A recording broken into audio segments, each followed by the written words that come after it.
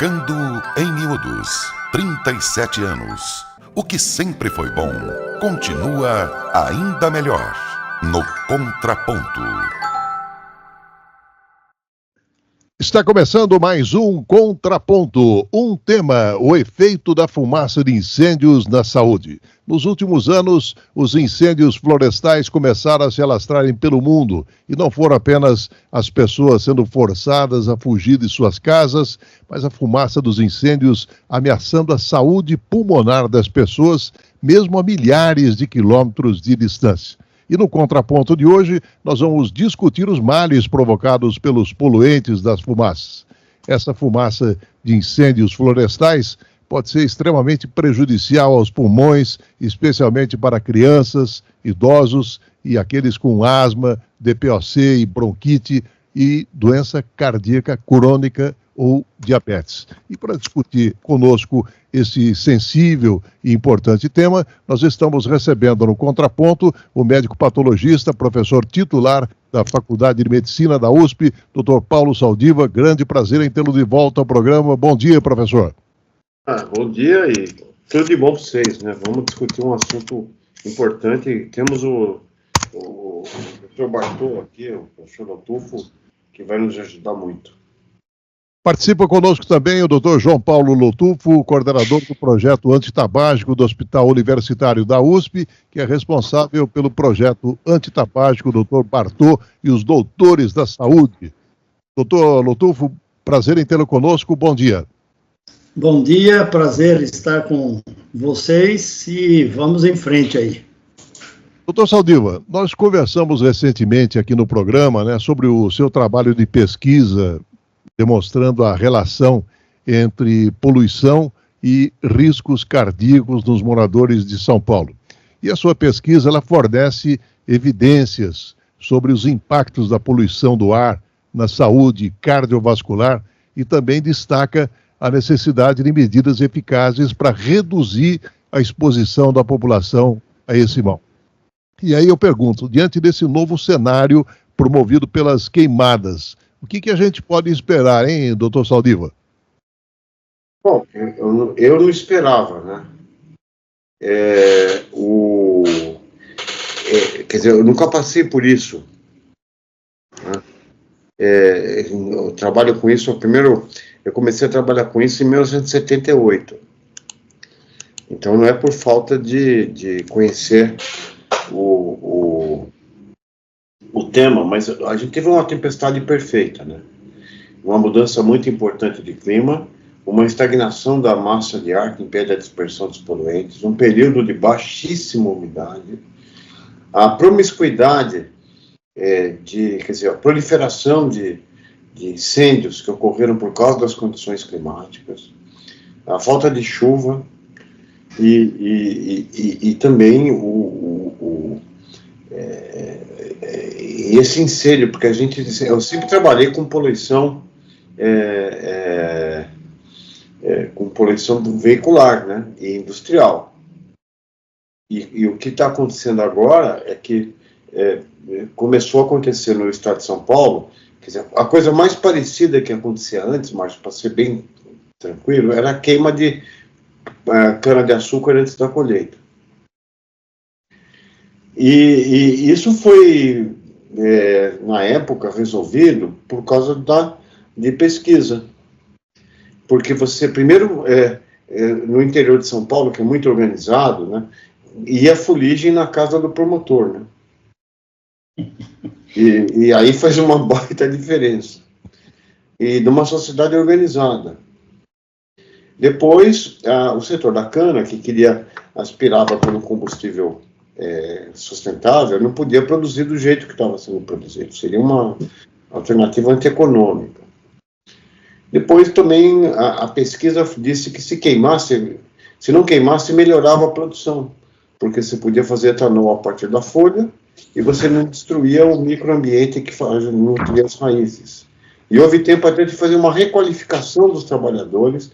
Então, volto aqui. Então, e além disso, houve uma participação de pesquisa que permitiu que você aumentasse a produtividade com etanol de segunda geração. Então, o São Paulo, por exemplo, teve uma condição muito boa de resolver um problema desses, mas agora não é só São Paulo, é o Brasil, é o pequeno proprietário que não está organizado para fazer isso, porque ele também tem a prática de queima de ambientes, é frequente, né, em pequenos proprietários. Então, mas, por exemplo, vamos ver a indústria de celulose de São Paulo.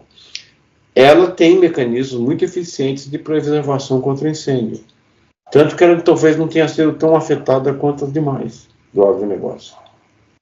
Com sistemas de vigilância, com balões de observação, com estradas que permitem chegar ao foco de incêndio rapidamente, com tratores para poder fazer o isolamento, a derrubada para impedir o espalhamento. Enfim, tem jeito, mas agora nós vamos começar num novo cenário e agora o que nós temos que fazer é cuidar das pessoas.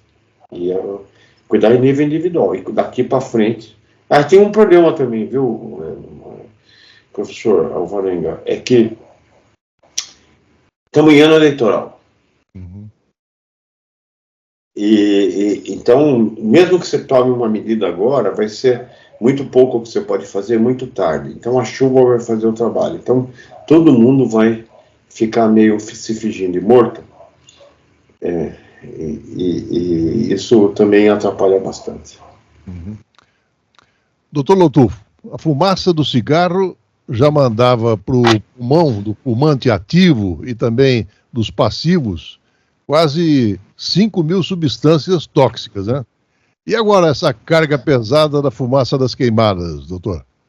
Pois é, eu vou comentar aqui que uma vez eu estava fazendo uma palestra em Campinas lá sobre tabagismo, e depois de mim entrou o Saldiva para fazer a palestra sobre poluição.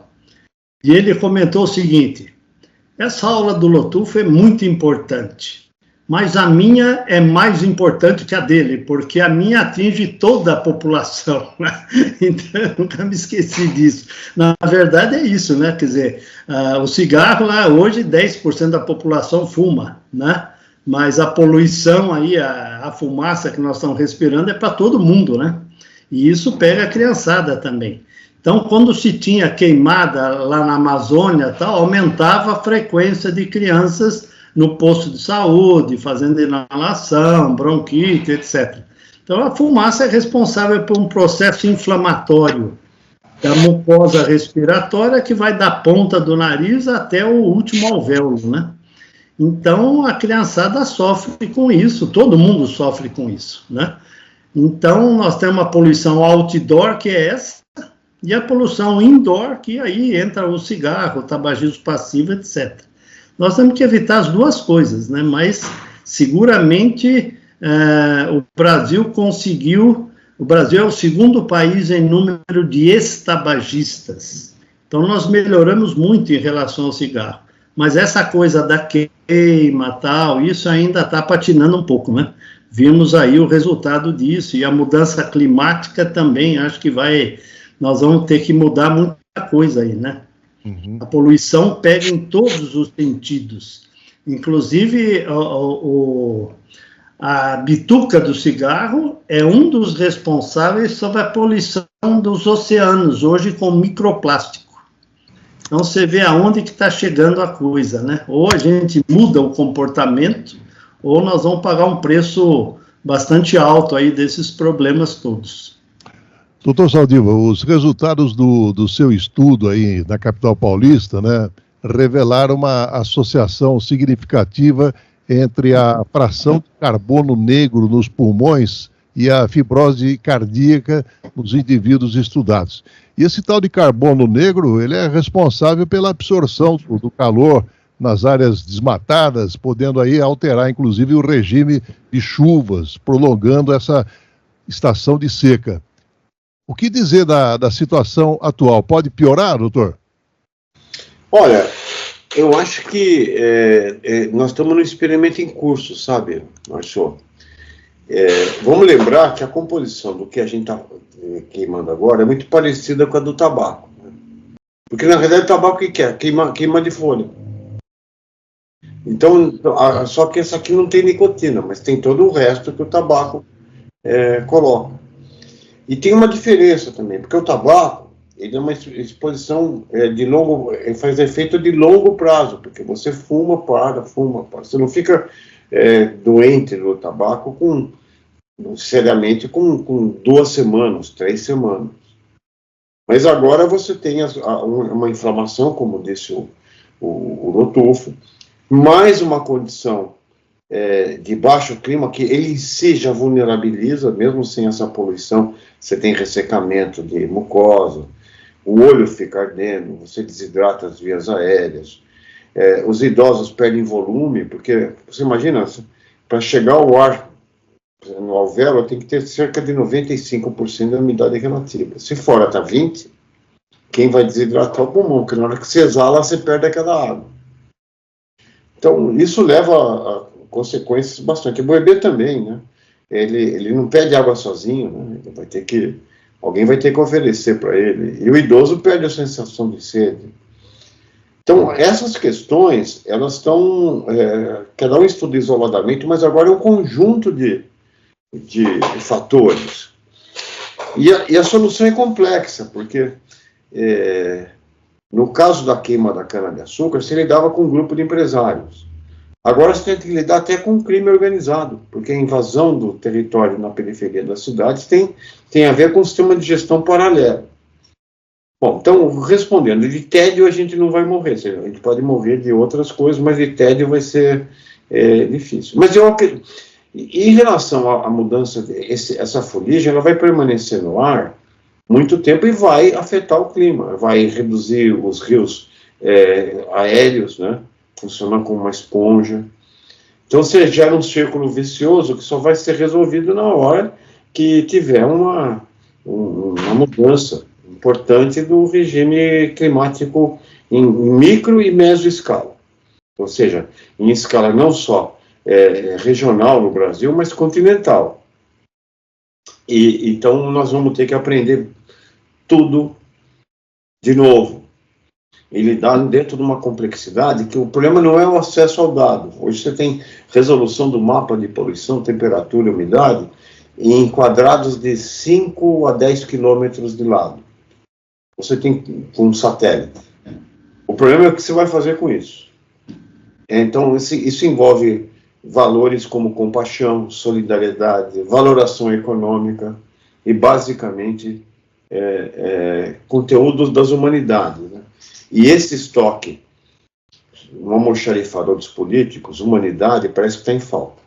Eles têm um setor de entrega melhor do que o de recursos humanos. E eu acho que nós vamos ter que melhorar os recursos humanos, porque o setor de entrega eles já sabem. Tá? Eles entregam qualquer coisa. Doutor Lotu, crianças e bebês são particularmente mais suscetíveis ao tabagismo passivo e com o risco aumentado, inclusive, de desenvolver aí doenças respiratórias. E agora, com a fumaça das queimadas, como é que fica o grau de risco, doutor Lotufo? Aumenta muito, né? Você imagine o calibre de um bronquíolo de uma criança recém-nascida, né? Qualquer edema, qualquer inflamação ali já piora o quadro clínico dessa criança. Mas uma coisa me preocupa muito, é o seguinte, eu, por exemplo, estou no hospital universitário, onde nós temos de 260 leitos, 130 leitos estão fechados. Ou seja, este é o único hospital da zona oeste aqui de São Paulo para atender 600 mil habitantes. E a pediatria, que tem 36 leitos, funcionando 15. E essa situação de muitos outros hospitais. Então, a minha preocupação hoje é essa: você fica com criança em insuficiência respiratória no pronto-socorro, sem ter condições de UTI por falta de leitos, né? Então, é uma coisa que eu, como diretor clínico do hospital, estou enfrentando aí uma luta violenta para a gente tentar resolver esse problema, que é um problema de investimento no hospital. Então, eu acho que a dificuldade que o paciente tem hoje em conseguir um socorro é muito grande. Então, é falta de vaga, falta de leito, falta de ventilador. Então, quando houve um problema aí com a pandemia, que a gente sabe, puxa, se resolveu as coisas de muitas maneiras, e acho que o pessoal está esperando demais para resolver o problema de vagas, de insuficiência respiratória, principalmente nessa época do ano, principalmente para idoso e para criança. Então, é uma luta infernal aqui que eu estou me desabafando, vamos dizer, mas acho que tem relação com o prognóstico das nossas crianças. Outras coisas é que, hoje, no berçário, por exemplo, você tem abstinência de droga nos berçários. Tanto tabagismo, como maconha, como outras drogas, né? E isso repercute aí no aumento de internação dessas crianças, porque elas não ganham peso, ficam agitadas e o custo da medicina acaba... E nós não estamos trabalhando muito isso, né? Então, acho que são muitos problemas para resolver, que eu acho que a situação é bastante grave.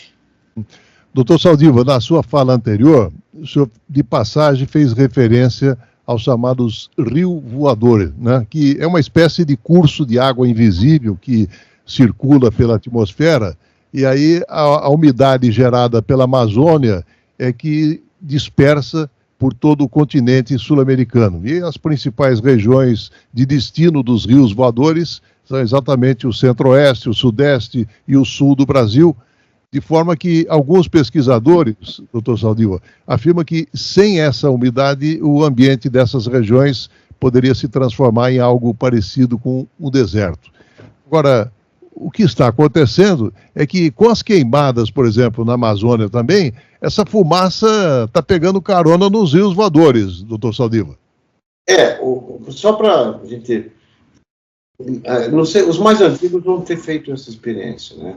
De quebrar, quando quebrava o termômetro, você batia na bolinha assim e depois juntava por tensão superficial, né? Até eu, quando eu estava doente, eu quebrava de propósito. Eu posso confessar que eu gostava desse jogo, né? Punha num pires assim e ficava brincando, né? Quando você tem vapor de água e uma bolinha de carbono, o que acontece? Atrai essa vapor de água condensa ao redor da bolinha, ela fica mais pesada e sedimenta. É como se estivesse passando uma esponja, né? Absorvendo essa umidade. Com isso, a chuva vai embora. Então, o que acontece é que essa umidade, primeiro, quando você queima a floresta, diminui o volume do rio. Você queimou a floresta, você está diminuindo a produção dessa água, que é eliminada pelo ato da planta respirar. E depois, quando queima a floresta, também se emite junto partículas que vai ajudar a reduzir ainda mais esse custo. Quer dizer, o que sai para a atmosfera deposita fora de lugar. Então, isso me lembra muito aqueles filmes do cinema norte-americano, que os cientistas avisam muito antes que vai cair um meteoro grande na Terra, que vai ter uma onda gigante, que vai... E ninguém acredita. Na hora que está chegando a onda, no filme, acontece que tem um cientista lá que embarca numa nave, destrói o meteoro, o outro faz não sei o quê. Só que isso não é um roteiro de filme. Infelizmente, não tem essa... eu acho que a gente, no atual momento, nós temos que nós conseguimos fazer muito pouco. E quando fazemos já é muito tarde, mas temos que começar a reverter esse processo. Reverter esse processo, o Lotufo deve saber muito melhor que eu. A indústria do tabaco sabia que aquilo fazia mal desde o final dos anos 50. Mas ninguém vai falar assim, desculpa, a gente foi mal, vou sair do negócio. Não existe isso.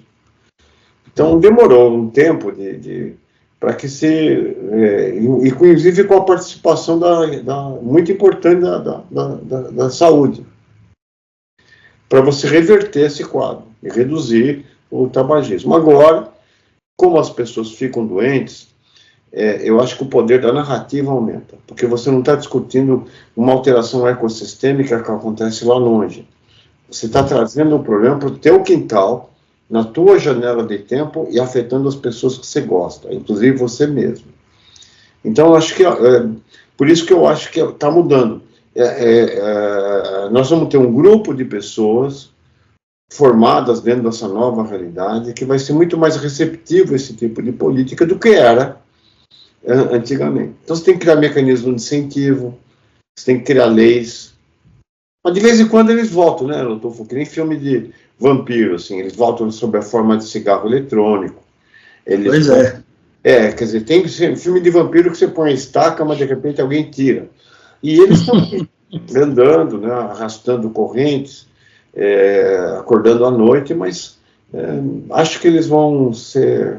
vai vir uma luz, eles esturricam. Essa é uma propriedade que esturrica, né? O vampiro, quando sob a luz do sol, ele vira um pó, né? Vamos ver se a gente consegue nesse caso. Seu contraponto, doutor Lotufo.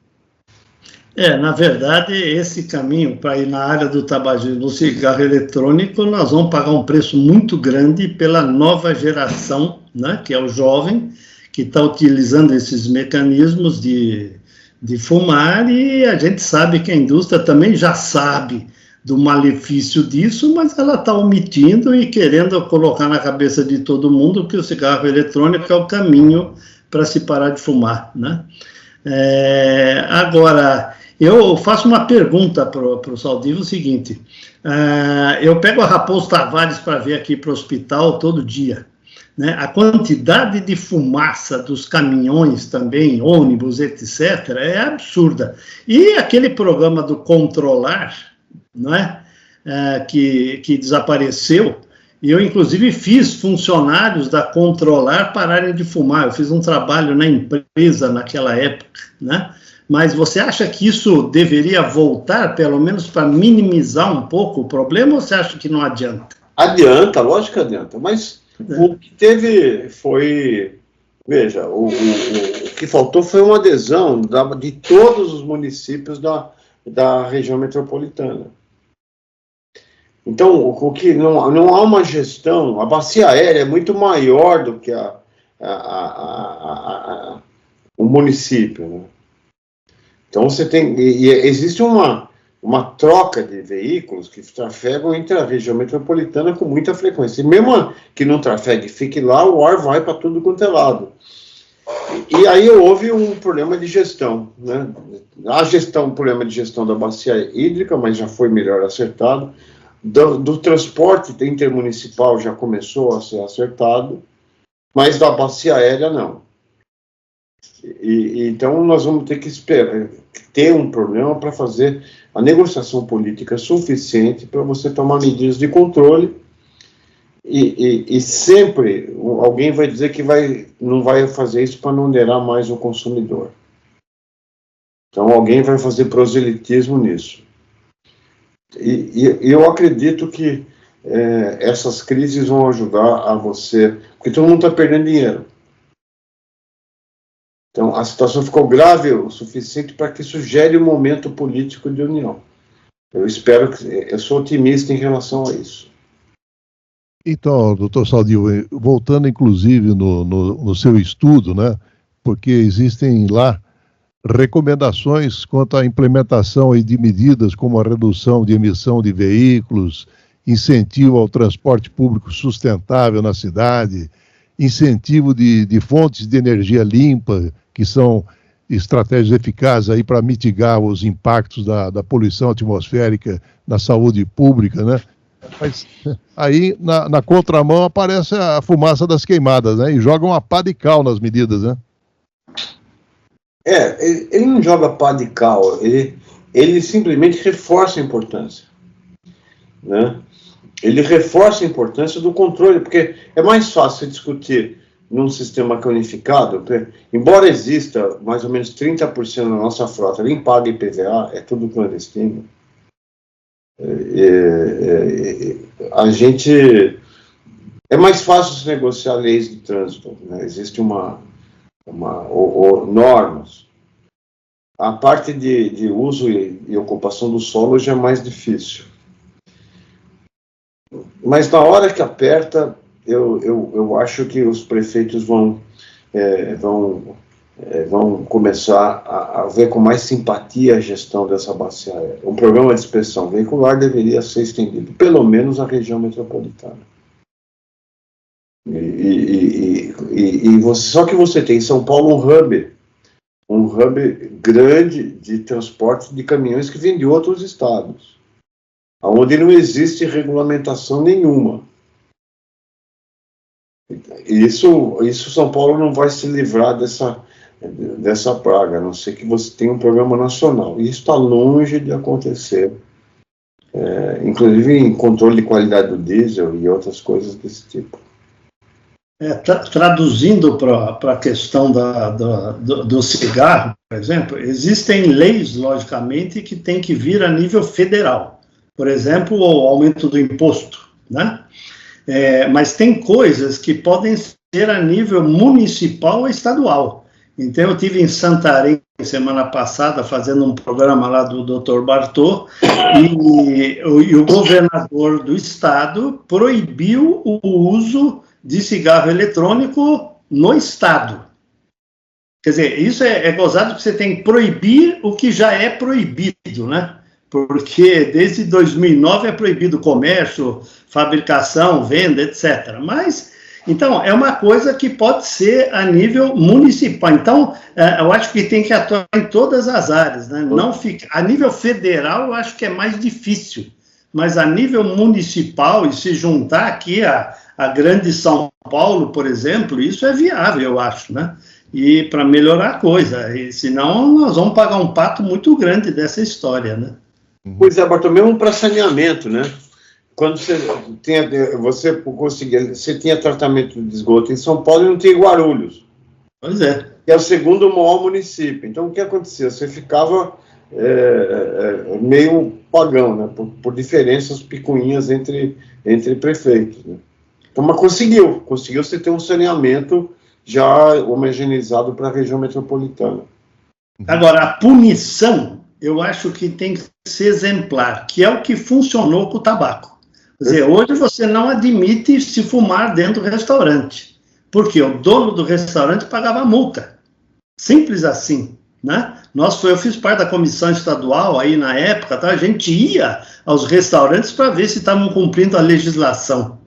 Então, para outras coisas, a legislação é muito pobre, muito, né? Por exemplo, bebida alcoólica no posto de gasolina, isso foi lei do DOI aqui em São Paulo, mas você dá risada da lei porque não houve cobrança. Então, nessa área também, nós temos que ter uma cobrança forte e punição exemplar para quem não cumpre. E lembra a história da queimada aí.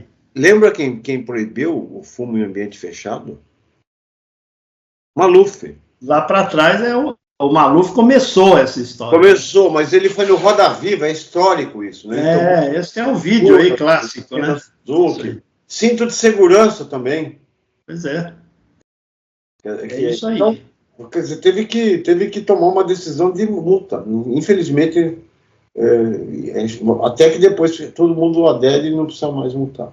Doutor Saldiva, o senhor se referiu instantes atrás à necessidade, inclusive, de uma preocupação com os novos profissionais que serão formados, né? E considerando, inclusive, o seu estudo, voltando nele, que se baseou principalmente em autópsias, e eu gostaria de ouvi-lo sobre o papel da autópsia na investigação de efeitos do ambiente urbano, dos hábitos pessoais e na determinação de doença humana. E o que esse nosso cenário de aumento considerável da poluição em decorrência dessas queimadas deve exigir de estudos que avancem na mesma linha de direção que o seu estudo se norteou, ou seja, as autópsias. O São Paulo tem o maior serviço de autópsia médica do mundo, até hoje, né? E a autópsia ela tem um papel, ainda, eu considero, central na formação médica, as discussões clínicas e tal, e para entendimento de novas doenças. Como é que você vai entender quantos casos de câncer não morrem sem ser diagnosticados? Se você não desse diagnóstico em vida, você vai ver isso na autópsia. Então, como é que se estuda doenças neurodegenerativas na fase inicial. Você não faz biópsia cerebral, você vai ter autópsia. Então, a autópsia tem algumas coisas que são muito importantes ainda. E uma delas é para estudar os efeitos da exposição crônica em órgãos, a distribuição desses poluentes por diferentes órgãos e sistemas. Eu me lembro que em Ribeirão Preto eu vi os pulmões mais pretos que eu, na vida, por carbono, em cortador de cana. Quer dizer, assim, é coisa que aparecia minerador, né, que tinha nas minas de carvão, tinha isso, porque o indivíduo faz um esforço muito grande, ventilando, né, o indivíduo na colheita manual colhia de 5 a 6 toneladas de cana por dia, quando ainda estava fumegando, né. E eles também tinham uma coisa, insuficiência renal, porque eles desidratam muito pelo esforço, e o rim não aguenta. Tem um envelhecimento renal precoce. Então, isso aí só pode acontecer na autópsia. O que acontecia é que morria gente no Ribeirão Preto de morte morrida, morte matada. Eles brigavam, bebiam, então tem a chance de olhar pessoas jovens que morriam em contato. Então, eu acho que nós chegamos a estudar essas pessoas também por métodos clínicos, né? Indo para Barretos, indo para a região de Piracicaba, Araraquara, quando ele se colhia, cortando a cana manualmente, e dava para ver mutagênese, dava para estudar efeitos sobre o sistema cardiovascular, alterações de ritmo cardíaco, e infelizmente isso gerou uma massa de evidências que ajudou a melhorar. Agora, nós temos que preparar isso de novo, estudo dos efeitos sistêmicos nisso, não só nas pessoas, só que agora não tem um tipo só de trabalhador, moramos todos nas cidades. E por isso que esse serviço de autópsia vai permitir que a gente possa esclarecer um pouquinho sobre o que vai acontecer de longo prazo. E, enfim, enquanto der, nós vamos ficar tocando isso. Doutor Lotufo, um dos muitos poluentes aí encontrados na fumaça das queimadas é aquela poluição por partículas, né, que são tão finas, ficam suspensas no ar, e essas partículas acabam se alojando exatamente, profundamente aí nos pulmões. Esse prejuízo tem data certa para se manifestar, doutor Lotufo? Com certeza. Eu vou te dar um exemplo. A primeira biópsia que nós fizemos aqui no Hospital Universitário, que foi o Saldiva que leu essa biópsia, a criança já tinha tido uma bronquiolite há 1 ano e pouco atrás. E quando se fez a biópsia, o Saldiva colocou lá o diagnóstico bronquiolite aguda. E eu liguei para ele, não sei se ele vai lembrar disso, provavelmente não. Mas eu liguei e falei, puxa, como é que pode ser bronquiolite aguda se esse paciente já faz 1 ano que teve o quadro infeccioso? E aí ele mudou e pôs assim, bronquiolite em atividade. E essa criança, com 2 anos de idade, morando em São Paulo, o pai dela era muito cuidadoso, ela tinha 40, 50 de frequência respiratória. Quando ia para a casa do avô e da avó, no interior de São Paulo, naquela época, essa criança apresentava 27 de frequência respiratória. Então, isso traduzindo, quer dizer, seguramente a poluição aqui de São Paulo piorava o pulmão, a respiração dessa criança, né? Agora, o problema da queimada aí, quer dizer, a poluição de São Paulo já atinge o estado inteiro, né? Então, aí não adianta ir para a casa da avó mais, né? Nós temos aí que medidas aí que a gente tem que trabalhar politicamente para conseguir mudar essa situação que a gente está vivendo, né? E politicamente é muito difícil também, né? Eu lido um pouco com isso, tanto em relação ao hospital universitário, como em relação à questão das drogas, né, que é onde eu trabalho mais. E politicamente é muito difícil a gente caminhar, muito lento, né? E seguramente nós vamos pagar um pato feio aí dessa história. Doutor Saldiva, o doutor Lotufo falou das crianças, né? Eu estava lendo uns estudos com crianças da Califórnia e os pesquisadores descobriram que elas que respiravam o ar esfumaçado durante aqueles incêndios florestais, né, tinham mais tosse, mais chiado no peito, mais bronquite e eram mais propensas a ter que ir ao médico ou ao hospital exatamente por causas respiratórias, especialmente de asma, doutor Saldiva. Um asmático não vai ficar bom, né, com isso. Eu mesmo, que sou asmático, fazia tempo que não tinha crise, eu estou tendo que tomar broncodilatador de longa duração com corticóide inalatório. Então, essa tossidinha é cenográfica, né, só para poder dar mais dramaticidade à cena, né. E não é do tabaco, né? Não, e não é do tabaco, com certeza não. Então, aliás, uma das razões pelas quais eu estudei asma é porque eu sou um doente respiratório, eu sou um prematuro de 1,8 kg, que teve que ficar em isolete um tempo e asmático.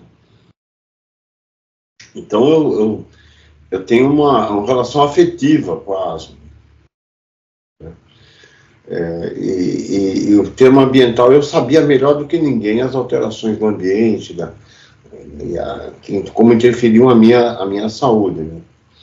Numa época que não tinha broncodilatador, viu, Tufo? Você não tinha... A velha aminofilina. Velha aminofilina, né? E ficava dias em mal asmático. Então, eu acho que essa aliás, é um desafio que eu tive que vencer, porque eu fui praticar esporte depois, tudo isso por me sentir frágil, né? Então, eu acho que esse vai ser o novo normal por um tempo. Uhum. E nós temos que melhorar a formação dos profissionais de saúde, inclusive, isso não faz parte do currículo médico. E a ideia de questões ambientais, né?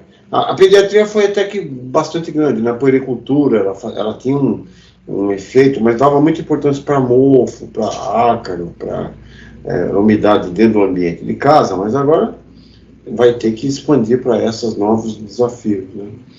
E eu acho que os pediatras vão ser muito importantes nessa a nova puericultura vai englobar outros valores, outros princípios, né?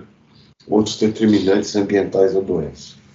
Doutor Lotufo, e os bombeiros, hein, que são expostos a uma variedade de substâncias nocivas aí durante o combate a incêndios, né? O que poderia ser dito sobre os riscos inerentes a essa profissão, doutor? Eu acho que está relacionado aí ao cortador de cana que o Saldiva já colocou, né? Acho que você vê o pessoal com aquele pano ali batendo ali, quer dizer, eu acho que nós temos que modernizar um pouco essa coisa de como apagar o incêndio, né? Avião jogando água ou coisa mais, né? Porque aumentar o número de bombeiros aí nesse estilo de...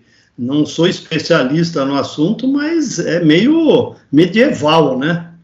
Então, acho que deveríamos ter coisas mais eficientes aí nessa área, que seguramente outros países já devem ter.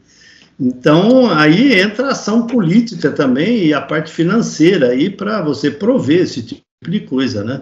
A gente sabe que os bombeiros são extremamente estudiosos e né, melhorou muito aí o atendimento da área deles, né, nesses últimos anos, mas ainda essa coisa de apagar fogo com pano ali ou ventilando ali, acho que nós temos que modernizar isso um pouco, porque seguramente as queimadas vão continuar. E seguramente alguns bombeiros vão pagar o pato dessa história com problemas pulmonares aí, como toda a população tem, eles mais porque estão ali, né, direto ali no ponto de ação, né. O doutor falou bem de bombeiro. O que a autópsia pode mostrar nesse cenário, doutor Saldiva? Então, Primeiro que tem série de estudos sobre bombeiro, viu? Eu acho importante. Inclusive estudo até de autópsia de bombeiro. Porque alguns deles morrem em ação, né? Aliás, é uma área de atividade que eu tenho a maior solidariedade e simpatia. É onde, junto com os emergencistas, né, com a pessoa que atende na ponta, que tira do resgate, e quem trabalha em pronto-socorro, eu tiro o chapéu. Eu acho que eles são representantes de Deus na superfície terrestre. Mas o bombeiro está melhor equipado do que o trabalhador agrícola, aqueles voluntários. Porque o bombeiro entra com equipamento, eles entram com máscara, eles têm um treinamento. Mas na hora do aperto não tem para todo mundo. E como eles querem ajudar, né, existe um treinamento, eles vão naquele heroísmo. Esse heroísmo tem um preço. A gente viu isso quem melhor estudou foram a ação dos bombeiros no resgate das vítimas ou dos corpos de 11 de setembro, né? Que teve um aumento de casos de doença, de câncer, de inalação de amianto e outras coisas desse tipo que estavam lá.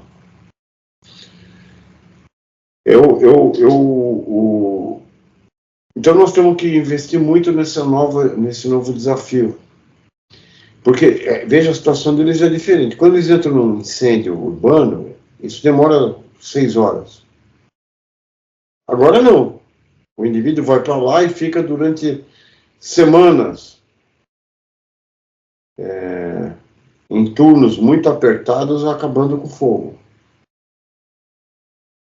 Então isso mudou também a própria dinâmica do combate ao fogo.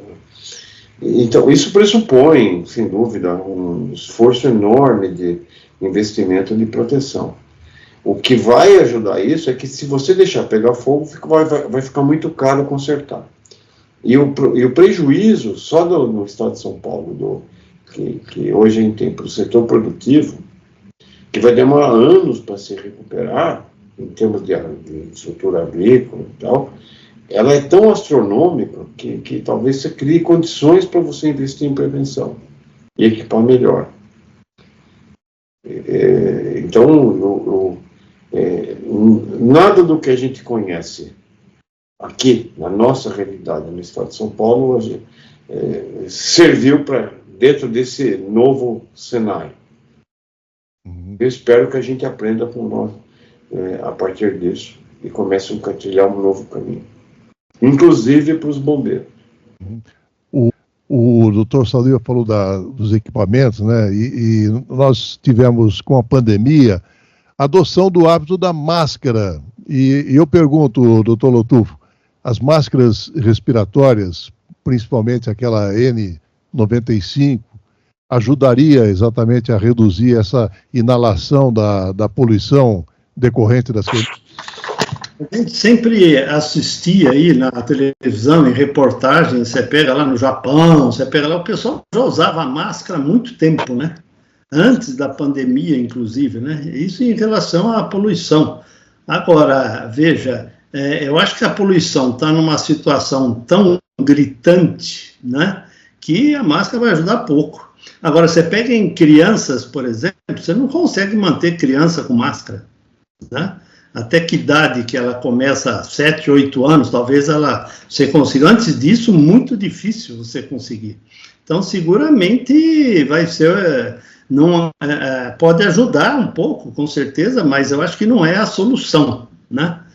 Então, a prevenção, eu acho que é a solução para tudo.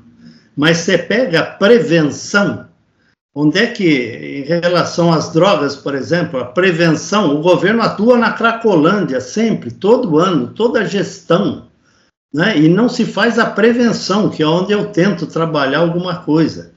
Então, vacina, prevenção, nós estamos aí com déficit de pessoas fazendo vacina e as doenças vão aparecer. Então, a prevenção é muito difícil, é onde devia ser o foco principal. E aí, na área da queimada e tal, de tudo, a prevenção também devia ser muito forte. Educação, inclusive, né? Mas isso demora muito para acontecer. A gente não muda uma coisa... tem um cálculo de 17 anos para você mudar, através da educação, uma conduta do indivíduo, um hábito do indivíduo, né? Então, acho que a gente tem que entrar aqui com ações mais efetivas, onde eu volto a falar do tabaco, a punição exemplar foi muito importante, e a retirada da propaganda da mídia também foi importante. Então, eu acho que tem que investir na propaganda maciça também, para esclarecer a população sobre esses problemas. Então, você pega balão, o pessoal solta balão daquele tamanho. Pô, quem está em volta está vendo que estão soltando balão, e não há denúncia a respeito disso. E o balão cai e vai causar incêndio, não sei aonde. Então, eu acho que a gente tem que alertar a população, para a população ajudar no controle e na prevenção disso tudo. Não é que você já tem aí denúncia 190 ou tal. Nós precisamos da ajuda da população. Senão, a gente não consegue, né? Um exemplo são os balões aí, que eu acho que é bem clássico, né? O cara não solta um balão daquele tamanho escondido. Você tem uma população em volta que está assistindo e sendo conivente. Então, a gente tem que mudar isso. Vamos ver o que acontece. Ivan, a gente tem ouvido falar que, enquanto persistir essas queimadas, essa nuvem de fumaça, o melhor seria permanecer em casa o máximo possível, com janela, com porta fechada. Será que a gente está vivenciando, então, novamente um tempo pandêmico, doutor Saldiva? A pandemia a gente está mais preparado, né, culturalmente, né? A saúde tem uma cultura maior disso. E está mais dentro da caixa da saúde a resolução, porque você pode utilizar vacina, você pode utilizar a visita dos agentes de saúde, você pode estabelecer políticas unificadas, inclusive a saúde tem uma capilaridade de ações que você pode... O Brasil inteiro funciona se tiver uma norma técnica do Ministério da Saúde. Já, por exemplo, segurança pública, não, você tem... você pode cometer um crime no Estado que quem está do lado não sabe o que vai acontecer. Então, existe ainda a saúde tem uma vantagem nisso, mas ela foi formatada desde a mudança do século XIX para o século XX, nos últimos 100 anos, em termos das grandes epidemias e pandemias que aconteceram no Brasil. E ela vai ter que se adaptar para isso e ter assento nos outros lugares. Quer dizer, ela vai ter que lidar com outras áreas de governo. E esse é o grande desafio. Por isso que você precisa de integração por parte do Executivo, né? E dos ministérios. Você precisa entender esse problema. E hoje, depois tem outra coisa. Ninguém tem lobby para mosquito, você concorda? O mosquito não gera emprego, gera emprego. Aqui não, aqui você tem setores produtivos que vão ver seus interesses contrariados. Então isso exige uma complexidade bastante grande.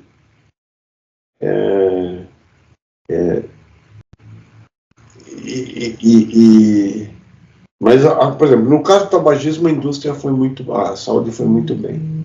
Se ela ficasse na caixa dela, só, o que ela fazia? Aumentava o número de vagas de pneumologista, cirurgião torácico e oncologista.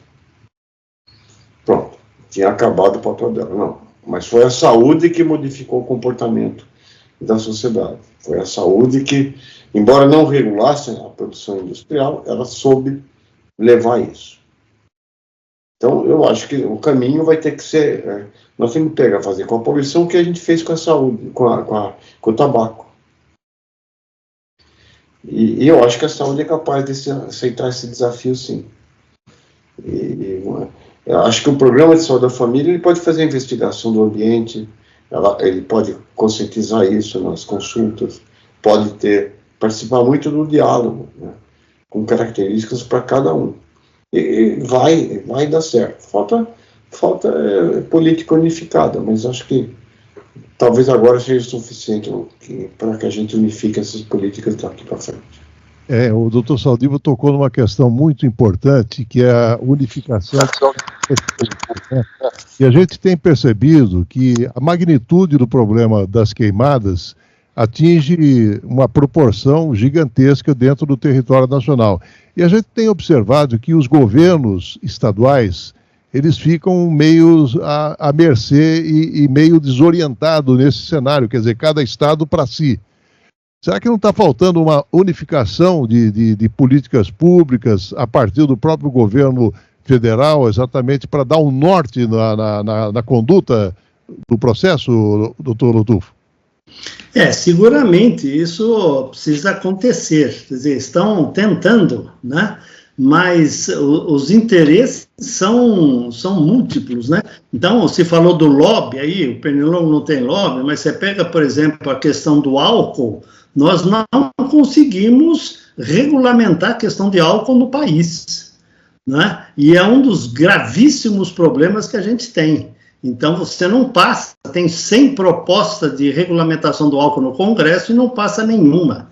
Quer dizer, os interesses são outros. Então, nessa área da poluição, como o agro está sendo lesado, as cidades estão sendo lesadas, todo mundo é que já foi colocado, quer dizer, tem que se unir para trabalhar. Agora, eu acho que os estados não podem ficar esperando, há condutas que podem ser tomadas dentro do estado. Perfeito. Né? Ficar esperando a nível federal, acho que está mais problemático a nível federal fazer as coisas hoje, com essas problemáticas todas que a gente sabe, do que no estado ou no município.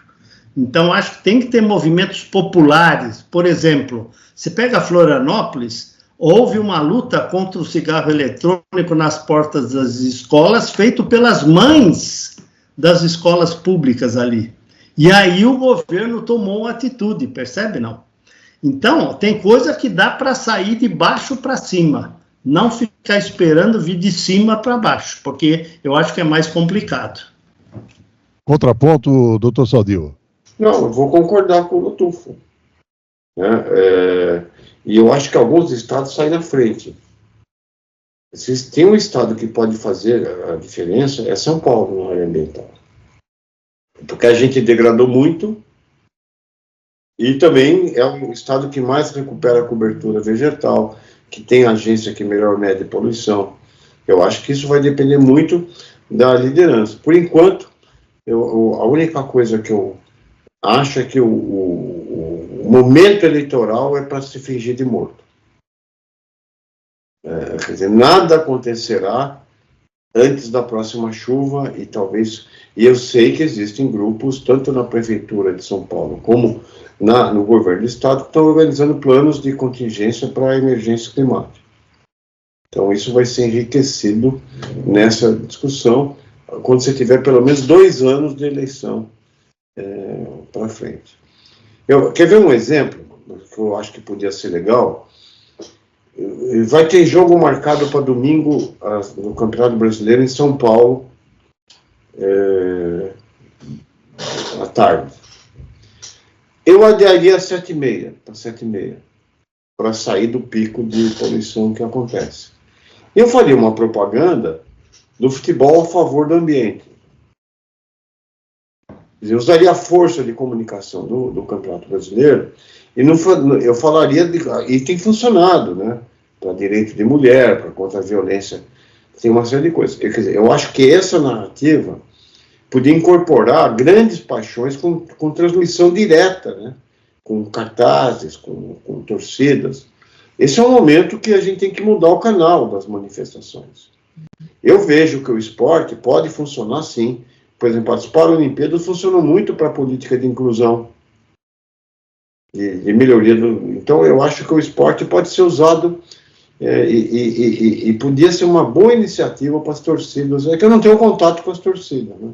Mas se eu pudesse, eu ia me infiltrar lá como torcedor e colocar faixa, né? A faixa podia queimar também, viu? Só para sair fumaça e a gente... Porque eles levam um sinalizador, que emite particulado. Então a gente podia falar, esse jogo nós não vamos queimar sinalizador para combater os incêndios. Então, tem espaço para isso. Tem que ser criativo, mas tem. O problema é exatamente, por exemplo, o doutor Saldiva falou na mudança do horário do jogo, né? E aí vai contrariar os interesses das emissoras de televisão, que já tem na sua grade de programação aquele horário definido. Quer dizer, falta sempre aquela tal da unanimidade para a gente chegar num denominador comum, né, doutor Lotufo? Mas unanimidade nós não vamos ter nunca, né? Então, acho que tem coisas que as ideias podem surgir e bola para frente, né? E se não mudar, você pode entrar com a faixa, nós queremos mudar esse jogo, não conseguimos. Quer dizer, você tem a chance, se mudar você faz de um jeito, se não mudar você faz de outro. Mas você leva isso para dentro de uma manifestação que tem... de massa, né? De massa. Onde você vai ter milhões de brasileiros assistindo o jogo. Ideias não faltam.